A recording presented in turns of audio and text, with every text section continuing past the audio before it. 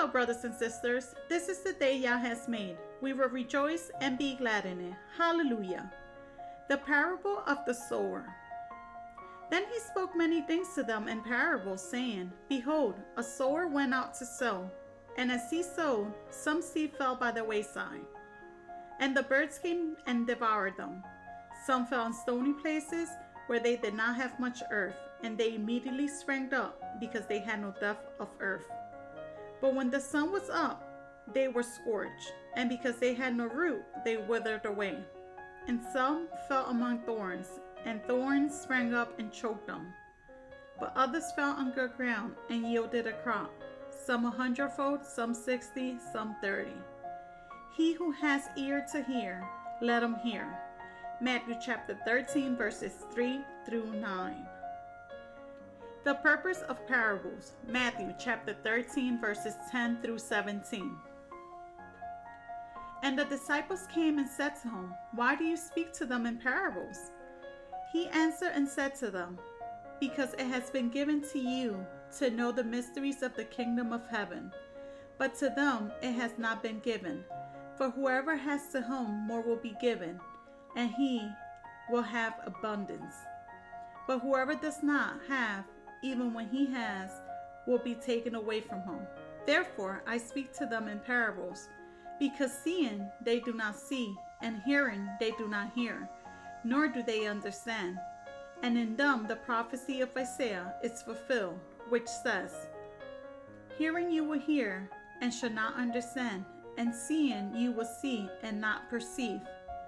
For the hearts of the people have grown dull, their ears are hard of hearing, and their eyes they have closed, lest they should see with their eyes and hear with their ears, lest they should understand with their hearts and turn, so that I should heal them.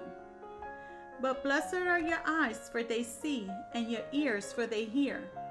For assuredly I say to you that many prophets and righteous men desire to see what you see, and did not see it, and to hear what you hear, and did not hear it. The parable of the sower explained. Matthew chapter 13, verses 18 through 23. Therefore hear the parable of the sower. When anyone hears the word of the kingdom and does not understand it, then the wicked one comes and snatches away what was sown in his heart. This is he who receives seed by the wayside. But he who received the seed on stony places, this is he who hears the word and immediately receives it with joy. Yet he has no root in himself, but endures only for a while. For when tribulation or persecution arises because of the word, immediately he stumbles. Now he who receives seed among the thorns is he who hears the word, and the cares of this world and the deceitfulness of riches choke the word, and he becomes unfruitful. But he who receives seed on the good ground is he who hears the word and understands it, who indeed bears fruit and produces some 100-fold, some 60, some 30.